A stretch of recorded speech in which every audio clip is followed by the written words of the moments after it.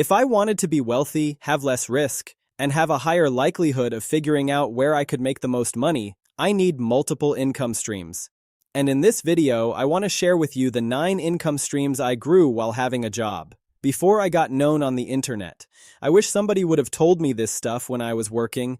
Nobody talked about where they put their money, why, and how much money they actually made.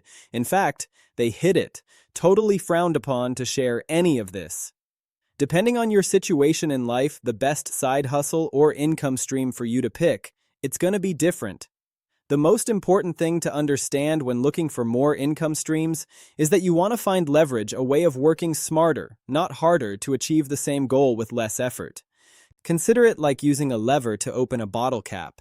You can either attempt to manually brute force it, which is time for money, or you can use the right leverage for your situation. And the leverage doesn't work for you. So how do you figure out which income streams you have the right lever for?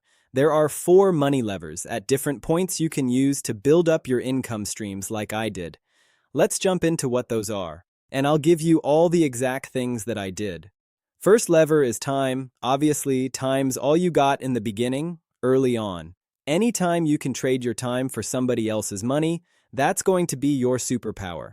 Here is one of the first income streams that I had: a service business. I started a service business that helped people do business in Latin America. It was called Selling South, and basically did it on the side with a colleague who worked with me at the time. All we did was we helped companies that wanted to do what we did in Latin America by giving them introduction. So this company got paid by the hour to create market entry to those who also wanted to sell investments into LATA. It wasn't a huge income stream, but our first year we each took home about $40,000 a year. It also led to a big job years later for me, helping this woman, Nellie Golan, do a part of her tour in the US for Latinos in finance. And I never would have gotten that opportunity without a couple of long hours and nights doing the service business. That's how I met Gloria Stefan. That's how I got on people in Espinal's red carpet. I think I made $15K for that side gig with Nellie. Go on. But I would have paid to participate in all of that. Now, today I own another online service business. This one's called Viral Cuts, and it's made me realize this is something I wish I had done when I was in my 20s. I didn't have. Selling South until I was well into my 30s. It's so easy today to start offering a service online. We've paid contractors at Contrarian Thinking 5K for 10 to 20 hours a month doing research, writing, design, short-form editing like this, finding an outsource expert on sites like Upwork or Fiverr for, look at this, like $5, $10, $20 an hour, and then you charge $100, $200 an hour. You can also start a bare-bones, sort of boring service. Business out in the real world. You could do it for $500 like we did with this pressure washing company, window cleaning, landscaping, etc. I didn't do that early on. I did it with my consulting hours to make intros. Here's what no one will tell you about this though.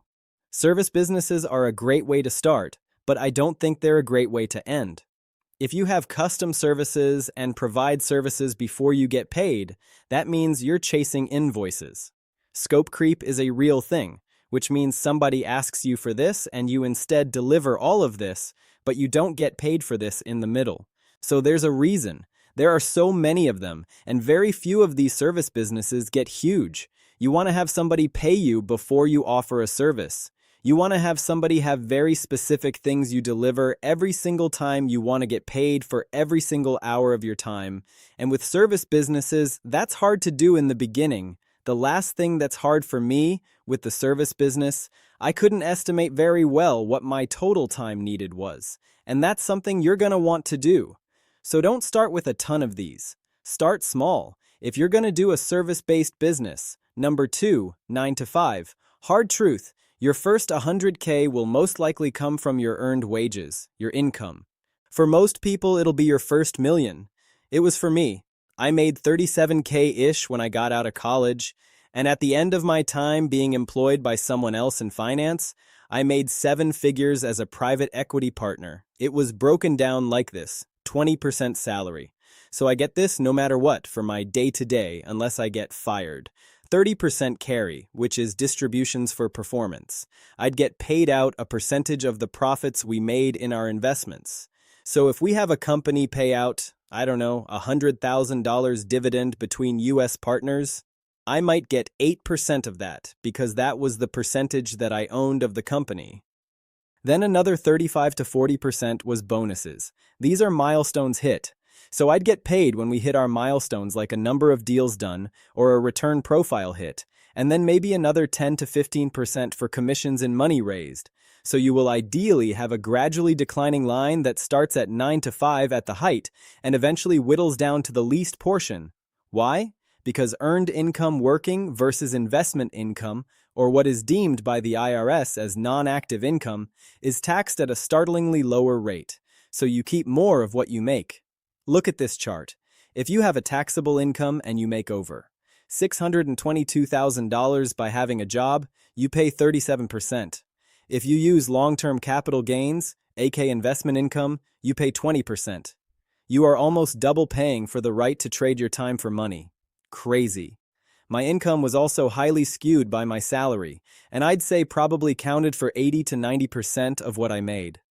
Back then, so I had other income streams, but it was mainly salary. Nothing wrong with having a job, just know it'll be your biggest driver to start and it could be forever, but you still want to have something else in case your income dries up. The second lever is expertise. So after a couple years of trading your time for money and a job, you've got something more valuable: expertise. So my third income stream that I had was consulting. I was doing a ton of work in Latin America, investing and building up investment businesses. I noticed people wanted to mimic the work that we were doing, and so it made me think, could I teach other people how to grow a large Latin American investment business? Like I do, someone first asked if they could pay for an hour of my time, and I really had no idea about that. So I said sure, and I think I threw out a number, like $250 they paid, then I increased it to $500.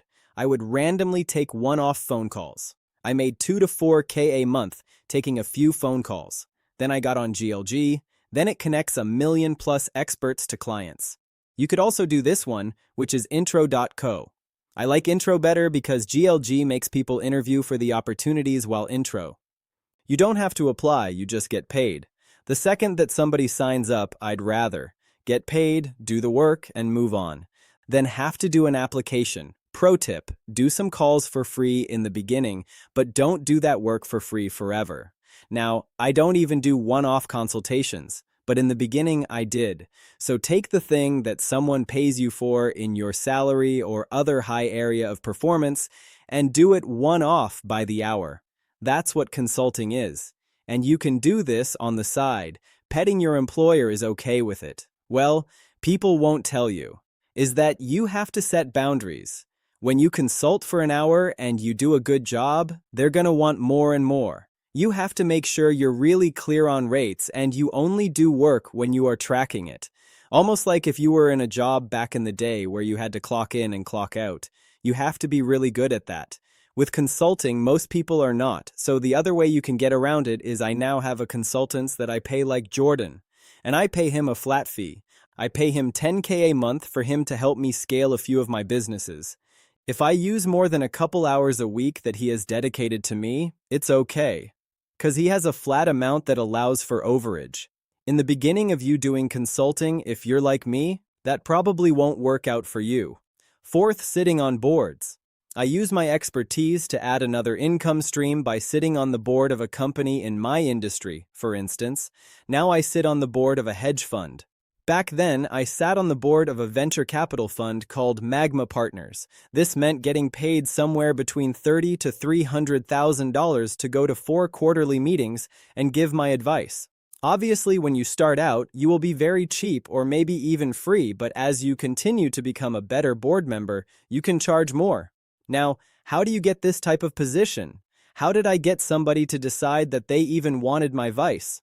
I was really valuable to the founder of a fund group in an area that I already knew, and I asked him what his 2 biggest pain points were: deal flow and fundraising. So I made some introductions. And then he asked me to be on the board. One of the biggest hacks is not always you having to do the work, you finding somebody's who to solve their biggest how or what. And so the way that I got a board position is I introduced him to a few high net worth friends that I had accumulated relationships with who wanted to invest in venture capital.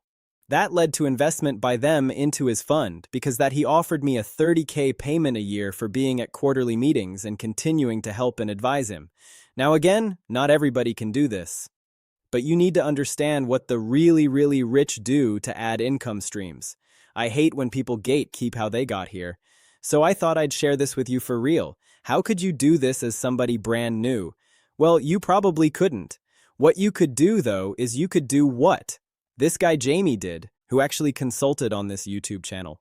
You could watch my YouTube channel, see that we've had some success, take all of the expertise that he's had by playing around with this industry, being young, experimenting in YouTube, and send us a format. And in that format, which looks like this, that Jamie sent, it gives us a bunch of free ideas and insights from somebody who's played in this space for quite a while, even though he is very young. He sent this to me, I took a meeting with him, and we ended up paying him to be a consultant for us. Now, if I went and started a YouTube company, do you know who I'd ask to be on the board? Jamie? And when you're on the board of one, that might mean you get equity and you get income. Who this is really good for, though, is ex-executives, founders, and people with real expertise. It does come with some risk, though. So, for instance, you could be in trouble if you sit on a bad board and they do something really dumb. Or if your executives of the company do something really dumb. Imagine being on OpenAI board, or Enron's, or FTX's board. You could have what's called fiduciary charges, which basically means they could do lawsuits against you. That's why you can earn a ton doing this, but it's not my favorite income stream speaking events. So then I started wanting to get paid to speak first. No one would even let me speak. Then I did it for free a handful of times while I was still an employee. And then about my fifth speech, I started getting paid. They asked what I charged for an event. Originally that was $1,000, $2,000, then $5, and then after like 15 to 20, and then after 30 and 40 and 50 and 100. Now I get paid more like 50 to 100K. That last part, candidly, wilds to me that we still get paid like that, but I want you to understand the events industry because then it doesn't sound so crazy. I mostly turn down the number of speaking events we get. Let me show you how this works though. We do an annual event each year at Contrarian thinking it costs like 200 to 230K to put on, and we have a 25K speaking budget. That's because we can make that money back from the group. Look at this graph.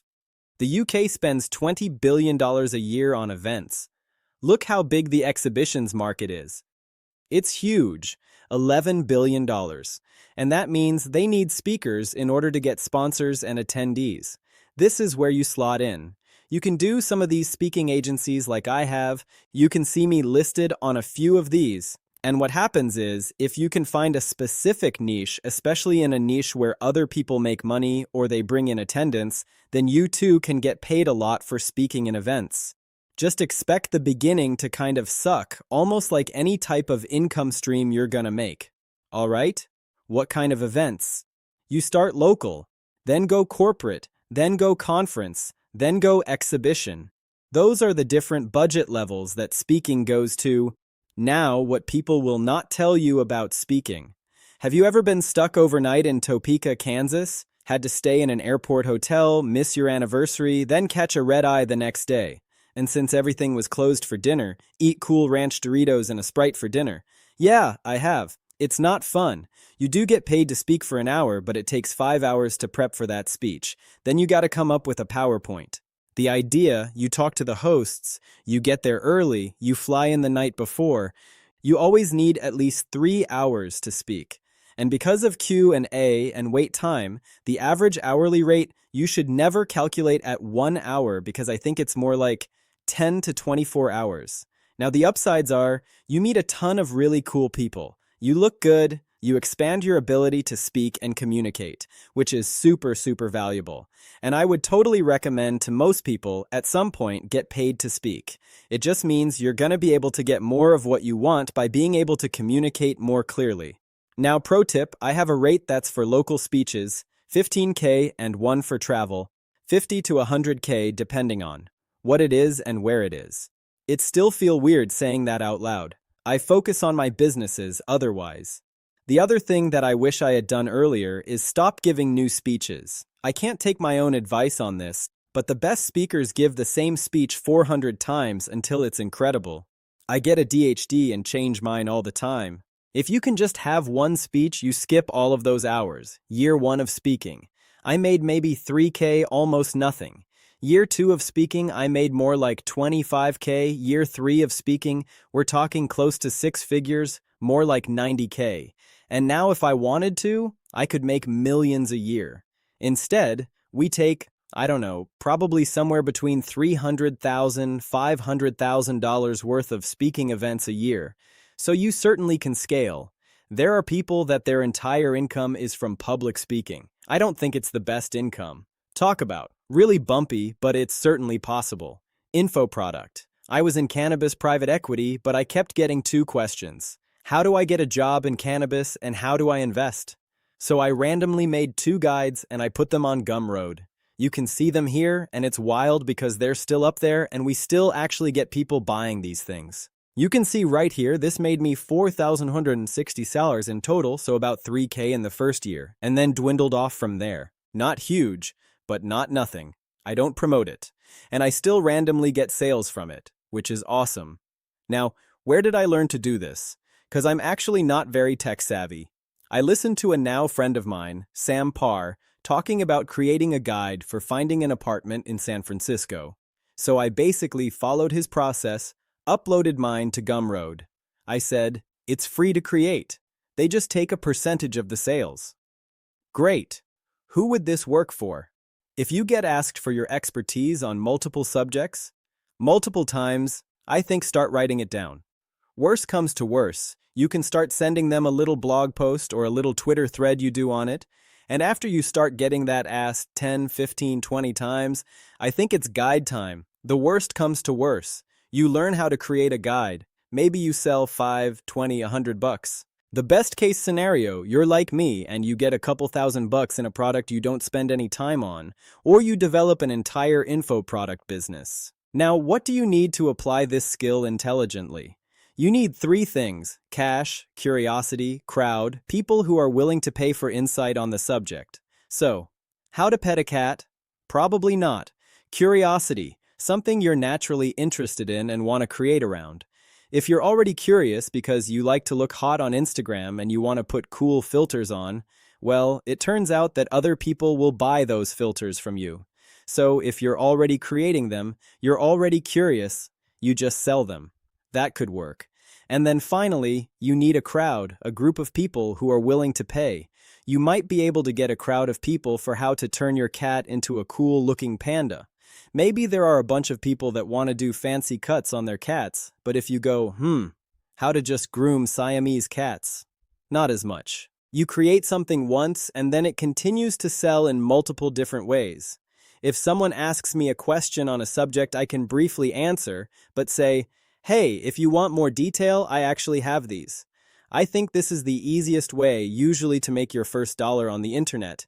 For me, it wasn't a huge revenue stream. It's hard to be unless you have massive scale. All right, the third lever, brand or audience. The most powerful leverage is building an audience. Maybe you already have one, or maybe you want to build one. I grew from nothing to over 5 million in less than 3 years. It was a lot of work. It was not just luck and having fun on the internet, but it did start with this next income stream newsletter, affiliate sales. My newsletter back in the day was called CodySanchez.com, really creative, and I would make about $1,000 a month from newsletter sponsorships. For a year or so. Then I branded it Contrarian Thinking. I got serious and I grew up from 0 to 55K subscribers and 50K in revenue. In 8 months, I started this all out on MailChimp. A quick way to tell one way or the other is to go to Facebook, search the exact term you want in Facebook groups, and see if there are groups of at least 100,000 people interested in your subject. Why? I like it. You don't have to trade time for money anymore. That was my tech stack. Then I went to Substack. If I was starting out right now, I would use Beehive. Here's the reason why they have an auto-sponsor button, so they basically bring ads to you. You can click a couple buttons, select yes or no, which means you don't have to chase them. Now we're going to get into more details on how exactly to do that later, but if I was going to start this now, I think there are 4 questions you need to ask yourself before you start a newsletter and how to do it. This is what I ask myself. Where do people ask for your opinion? What would you do even if you weren't getting paid for it? What are the hobbies you'd like to get into? And what are you really uniquely skilled at? When you answer these 4 questions, you should have a short list of topics. You could create a newsletter or a product business. So how did I learn this?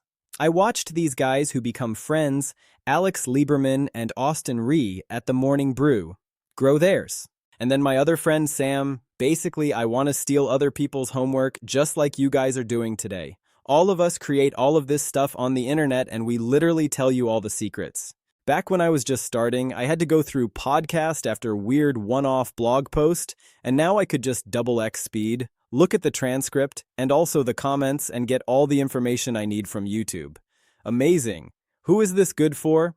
Well, you need to like writing, and you need to also be able to commit to writing at least 1 newsletter a week for a year. If you won't do that and find joy in it, don't do it. Now, what people will not tell you about starting a newsletter, dealing with one-off sponsors is literally the worst thing in the entire world, especially when you're small. I would not go back and do this way again. I would use Beehive or ConvertKit where they set up sponsors for you and you just get to insert them. It's too much work for me. Going and trying to talk people into sponsoring my newsletter, I wouldn't do that. I love the fact that you could plug and play. Now, don't get me wrong. Morning Brew created a 9-figure business by going and hand-selling people on putting ads in their newsletters. It's totally possible, I just didn't love doing it. Another little pro tip, don't do one-off prices or custom amounts. Try to standardize. I did a lump sum, $250 to $1,000 in newsletter. Then once I got bigger, I used what's called CPO, which is a newsletter-specific metric. It's basically based on every 1,000 opens, and so it ranges between 20 to 100. The numbers can be a little fuzzy with multiple factors at play, but if your newsletter has an average of 5,000 opens, and you can charge $50 CPO, your sponsorship price would be $250 because 5,000 opens divided by 1,000 times 50. That's how you determine what you can charge. Now, the next one's slightly different. This is sponsorships online for being kind of public, and this one takes me way back. I didn't do a lot of these ever, but I remember getting thrilled when I first got on the internet to get sponsored by these guys, Prana, and I think they basically gave me some leggings and some yoga pants and a very small amount of money. Another little pro tip, don't do one-off prices or custom amounts. Try to standardize. I did a lump sum, $250 to $1,000 in newsletter. Then once I got bigger, I used what's called CPO, which is a newsletter-specific metric. It's basically based on every 1,000 opens, and so it ranges between 20 to 100. The numbers can be a little fuzzy with multiple factors at play, but if your newsletter has an average of 5,000 opens, and you can charge $50 CPO, your sponsorship price would be $250 because 5,000 opens divided by 1,000 times 50. That's how you determine what you can charge. Now, the next one's slightly different. This is sponsorships online for being kind of public. And this one takes me way back. I didn't do a lot of these ever, but I remember getting thrilled when I first got on the internet to get sponsored by these guys, Prana, and I think they basically gave me some leggings and some yoga pants and a very small amount of money.